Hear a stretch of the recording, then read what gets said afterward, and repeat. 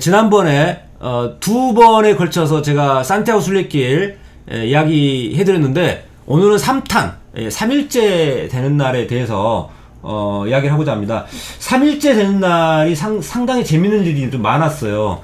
그래서 제가 일기를 썼는데 이렇게 일기를 그때 스마트폰으로 적어놓은 것을 나중에 정리해서 보니까 이날 하루 일기가 7장이나 되더라고요. 굉장히 양이 많을 정도로 그날 재밌는 일들이 많았었어요.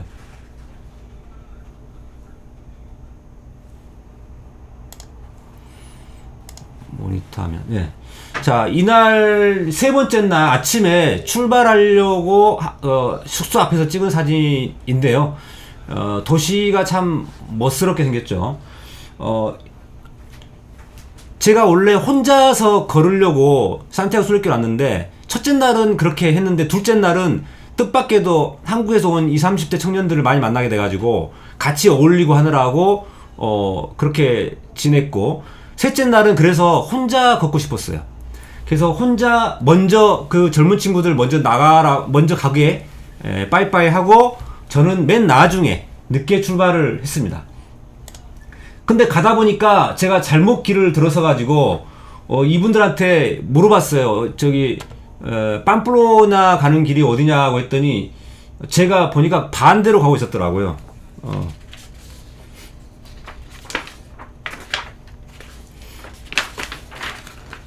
그래서 이분들은 자기들이 소몰이 축제로 유명한 그 팜플로나에서 숙박을 할 예정이라고 자기들 하면서 저보고 팜플로나에서는 도둑이 많으니까 조심하라고 이렇게 했습니다. 그래서 저는 팜플로나를 통과해서 더 작은 마을로 갈 예정이고 거기 가면은 도둑이 없을 거라고 제가 말씀드렸었는데 이분들이 보시면 딱 벌써 연세가 한 60에서 70대 정도 돼 보이시죠? 60대 이상 돼 보이시는데 이렇게 60대 70대 분들이 상당히 많이 오셔요. 유럽에서는 산티아고 순례길을 오기가 쉽기 때문에 아마 그런 것 같아요. 이분들이 주로 대체로 은퇴한 뒤에 많이들 오신다고 하더라고요. 또 그런 분 비슷한 분들을 만나서 이런저런 대화를 나누다가 떠났습니다.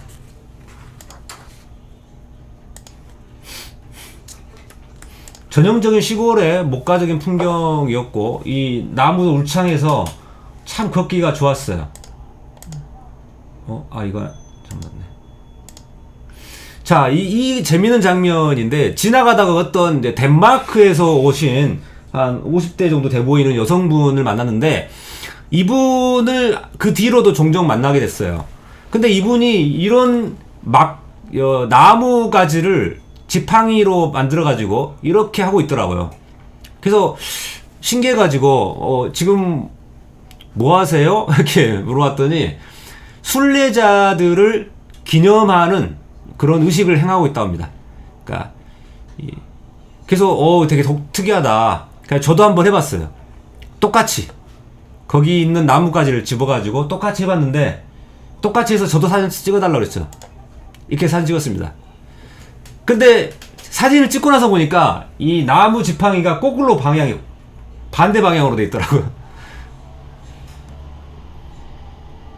그래서 뭐 그냥 지나가지 않고 가다가 만나는 사람들과 잠깐이라도 대화하고 이렇게 하니까 참 재밌었는데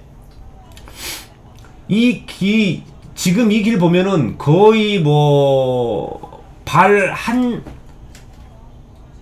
하나 들어갈 정도, 하나 두 개 정도 들어갈 정도의 굉장히 좁은 길이죠. 이렇게 좁은 길도 있고 길이 굉장히 여러 가지더라고요. 또 이런 둘레길도 있고 그 다음에 이렇게 약간 산 옆으로 이제 있는 길도 있고 그 다음에 이런 꽃들이 있는 그 정원 사이 길도 있었고요. 이 길도 되게 멋지죠. 꾸불꾸불하면서도 되게 운치 있는 길이었고 이건 약간 질퍽질퍽한 길이었습니다. 가다가 뭐 먹는 장면, 그리고 이거는 약간 좁은 길이었는데 아슬아슬하긴 합니다만 뭐 충분히 갈 수 있는 길이었고요. 이런 이제 터널 같은 길도 있었고 이런 산 쪽으로 이렇게 도로 옆으로 나 있는 길도 있었고요. 자, 여기까지 제가 이 길을 왜 많이 보여드렸냐면, 이 길이 상당히 길을 걸으면서 제가 어떤 생각이 들었었어요. 그래서 이거를 일기로 써놨는데 한번 읽어드리려고요. 오늘 혼자 걷고 싶었는데 마침 오늘의 순례길에는 상당히 비좁은 1인용 길이 되게 많았다. 선거 준비하는 기간 동안 목포에서 만난 사람들 중에 왜 판사라는 평탄한 길을 놔두고 험한 길을 가냐라고 저에게 묻는 사람들이 많이 있었다. 하지만 평탄한 길은 쉽진 하지만 지루하고 재미가 없다. 험한 길은 그에 비해서 힘들긴 하지만 재미가 있다. 꾸불꾸불 돌아가기도 하고 오르막길 내리막길도 있다. 우들투들 돌길도 있고 질퍽질퍽 진흙탕 길도 있다. 말뚝 박힌 길도 있고 꽃길도 있다. 오늘 이로스 마을 지난 지점도 마찬가지였다. 최근에 조성된 평탄한 넓은 산책로와 전통적인 순례길에 갈림길이 나타났는데 그때 잠시 어느 길로 갈까 고민하다가 거칠지만 아기자기한 전통적인 길 까미노를 선택했다. 자, 그래서 방금 마지막에 보여드린 이 사진이 그겁니다. 요게 평탄한 길과 전통적인 길 중에 제가 고른 게 이게 전통적인 우둘투둘한 길, 이걸 골랐다는 뜻이에요. 이런 길이 더 재미가 있더라는 거죠. 그래서 이 길을 걷다 보니까 이런 생각까지 떠올랐습니다. 그래서 험한 길에 대해서 보통은 왜 그런 길을 가냐고 하지만 그런 묘미가 있더라 라는 생각이 들었고요. 그 다음에 이때 제가 또 만난 분이 독일의 70대 할머니, 제가 첫날 말씀드렸죠. 론세스바이스라는 곳을 향해서 피레네 산맥을 넘어가고 있는데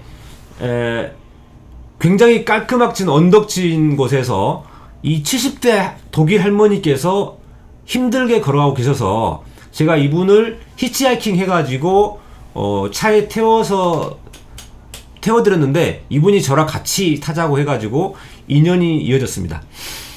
그래서 그랬는데 이분을 셋째 날 또 만난 거예요. 가다가. 예. 그 뒤로도 사실은 몇 번 더 만났습니다. 그래서 굉장히 인연이 이어졌는데 이분하고 뭐 이런저런 이야기 하다가 역시 70대 할머니시다 보니까 북한 이야기를 또 하시더라고요. 저보고 북한에서 왔냐고, 코리아라고 했더니 북한에서 왔네요. 그래서 남한이라고 했더니 북한의 김정은이 좀 무섭답니다. 핵무기 때문에. 예. 근데 굉장히 소녀적 감성을 갖고 계신 분이었어요. 예. 사진도 찍어드리고 같이 말벗이 돼가지고 가다가 여기 제가 점심 때 배가 고파가지고 점심에 제과점 빵집에서 식사하느라고 헤어졌습니다. 근데 이 빵집에 되게 재밌는 일이 있었어요.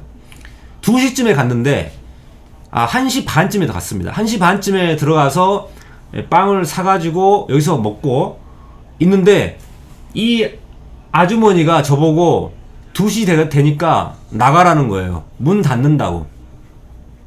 세르라모스라고 이제 문 닫는다고. 깜짝 놀래가지고 뭔 소리냐 했더니 이게 스페인에서는 아시다시피 점심때 잠자는 거 있잖아요. 시에스타. 그래서 2시부터 시에스타거든요. 2시부터 5시까지. 식당 문을 닫아버려요, 이렇게. 2시부터 5시까지. 그래서 그 빵집도 문을 닫는다고 그래가지고 제가 쫓겨났습니다. 그래서 참, 순간적으로, 이게 밥 먹을 때는 개도 안 건드린다는데, 이게, 나가라고 해가지고 제가 약간 기분이 약간 상했습니다. 이 도시가 나타나가지고, 도시길을 걸어갔는데, 막상, 아까 그 시골길을 걷다가, 도시길을 걸으니까 또 재미가 있더라고. 나름의 또 묘미가 있었어요. 굉장히 고풍스러운 저택도 있고, 도시 한복판에 이게 길거리마다 다 표지판이 있어요. 그래서 길을 잃어버릴 염려가 없습니다. 담배 피는 여학생도 보고요. 어린 학생들도 봤는데, 정말 재밌었던 거는 이 도시 한복판을 거리다 보니까 너무 즐거운 거예요. 그래가지고 여기다가 짐 풀어놓고 먹을 거 사가지고 여기 벤치에서 앉아서 먹기도 하고, 그 다음에 학교가 보이길래 아이들이 있는 학교가 궁금해서 가봤습니다. 이렇게 아이들이 뛰놀고 있는 곳이었는데 제가 다가갔더니 애들이 막 난리가 났어요. 동양인 만났다고 반갑다고 하면서 어디서 왔어요? 막 물어보더라고요. 제가 애들이 역시 어느 나라로 가든 애들은 호기심 천국이죠. 너무 애들이 반가워하는 거예요. 그래서 같이 사진도 찍고 잠깐 재밌는 시간을 가졌습니다. 여기가 팜플로냐라는 그 소모리 축제로 유명한 곳인 줄 알았더니 알고 보니까 그 직전에 신도시더라고요. 그래서 이 아저씨가 저보고 알려줬어요. 이 아저씨가 제가 길을 잃어버린 줄 알고 말을 걸어오더니 막 뭐 이런저런 이야기하다가 한국에서 왔다니까 한국 잘한다면서 한국 채널도 보시더라고요. 그래서 야, 이분이 한국을 좀 잘 아시는 분이었어요. 재밌어가지고 제가 사진도 한 컷 찍었습니다.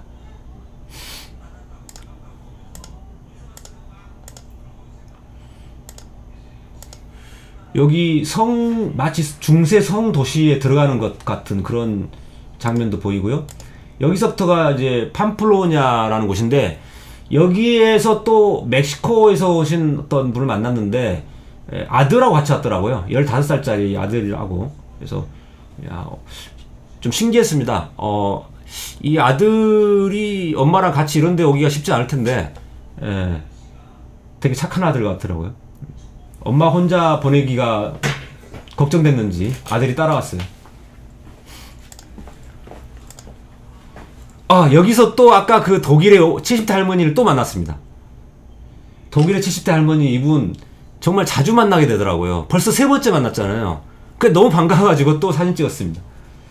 이 할머니는 이 팜플로냐 시내에서 숙박을 하실 생각이었던가 봐요. 그래서 팜플로냐 시내를 막 여기저기 돌아다니시다가 저하고 마주친 겁니다. 저는 그냥 시내 구경만 하다가 그냥 지나갔고요. 가다 보니까 그 부근에 대학이 있더라고요. 우니베르시다시라는 게 유니버시티인데 대학 캠퍼스를 지나가도록 돼 있어서 가지고 이 초록의 물결 넓은 캠퍼스를 활보하고 다녔습니다. 제가 가다 보니까 이분들이 지금 달리기 하고 있는 분들을 만났어요. 그래서 사진 찍었는데 되게 신기하더라고요.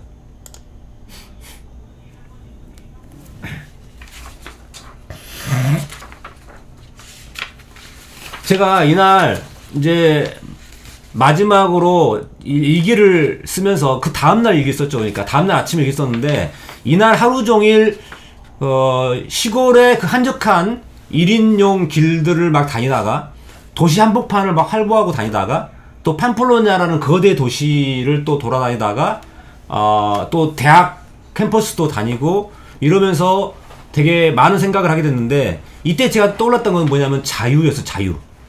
되게 자유라는 것을 이 하루 동안 엄청나게 제가 많이 느낀 거예요. 그래서 그때 제가 일기에다 어떤 말을 써놨냐면 내가 본질적으로 자유인이구나, 내가 자유를 너무 좋아하는구나, 이런 생각이 들었어요. 그전에는 전혀 생각 못했던 거였어요. 나한테 이런 자유로운 생활을 즐기는 그런 부분이 나한테 좀 있구나. 그러니까 자유를 갈망하는 게 나한테 있구나. 이 하루 동안 제가 다니면서 내 마음대로 선택할 수 있는 무제한의 자유가 보장됐었거든요. 어디까지 갈 것인지, 혼자 걸을지 누구랑 걸을 건지, 언제 밥 먹을지, 무엇을 먹을지, 어디서 먹을지 다 제 마음대로인 거예요.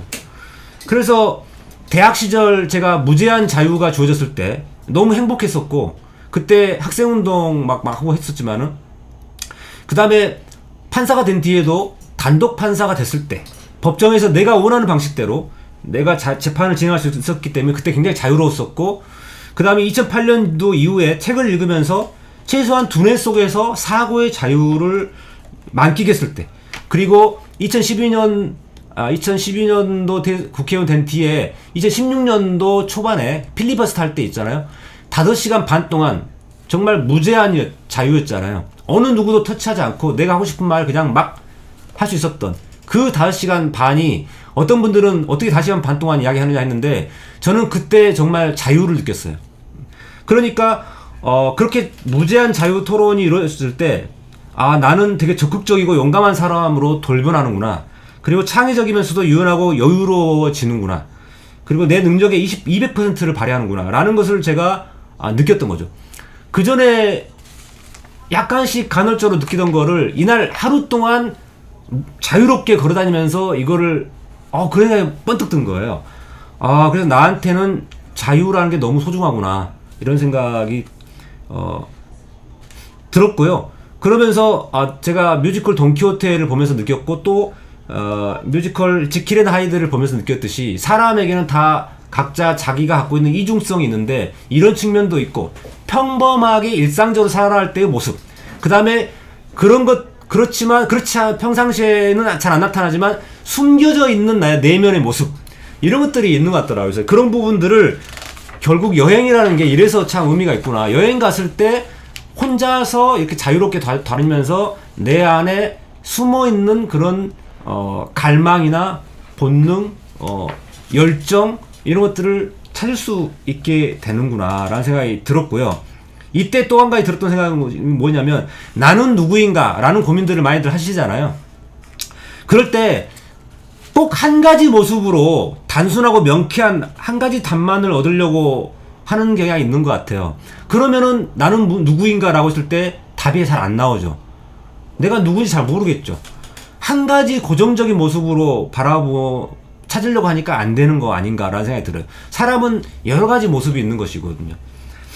그래서 한 사람에 대해서 개념 정의를 딱 한마디로 내리는 건 쉽지 않다. 그래서 저 사람은 내성적이야, 뭐 이렇게 단정 짓는 모습, 그런 것들은 굉장히 위험하다라는 생각까지 하게 됐어요. 한 사람의 인생은 정말 자유롭고 역동적이고 다양한데 의무감과 책임감이 시달리는 특정한 역할, 지위로 딱 한 가지로 올가매려고 하는 것은 굉장히 위험한 시도가 아닌가라는 생각이 들었고요. 특히나 나는 엄마를 더 닮았다, 나는 아빠를 더 닮았다, 뭐 이런 이야기도 하잖아요. 근데 그것도 좀 문제가 있는 것 같더라고요. 엄마를 닮기도 하고 아빠를 닮은 부분도 있고 그렇지 않은 부분도 있는 거죠. 사람은 다. 그래서 예전에는 나는 어떨 때는 엄마 닮은 것 같고 어떨 때는 아버지를 닮은 것 같고 좀 저 스스로 헷갈릴 때가 있었어요. 나는 왜 이러지? 도대체 어떤 게 내 모습일까? 그런데 이때 하루 동안 제가 다니면서 결론을 내린 거는, 나는 엄마를 닮은 부분도 있고 아빠를 닮은 부분도 있지만 나는 나 자신 그대로 자체다. 나는 그냥 별개의 인간이고 인간 서기호일 뿐이다. 그리고 서기호란 사람은 고정된 사람이 아니고 계속 역동적으로 변화 발전해 가는 사람이다. 이런 생각이 딱 들었습니다. 그렇기 때문에 아이들에 대해서도 우리 아이들에 대해서도 얘는 나를 더 닮았고 얘는 나를 더 안 닮았고 엄마를 더 닮았고 뭐 이런 식으로 규정 짓게 아니라, 우리 아이들도 다 각자 개별적인 독립된 인간이다. 그래서 아이들의 독립된 인생에 간섭하고 해서는 안 되겠다는 생각을 그때 하루 동안 하게 됐습니다. 그것은 아이들의 성장에 도움이 안 된다. 아이들이 고유의 자기 자신의 정체성과 자기 자신의 모습을 찾아가는 데 도움이 안 된다 라고 생각이 들었습니다. 네. 네, 여기까지 오늘 세 번째 순례길에서 느꼈던 것들 말씀드렸습니다.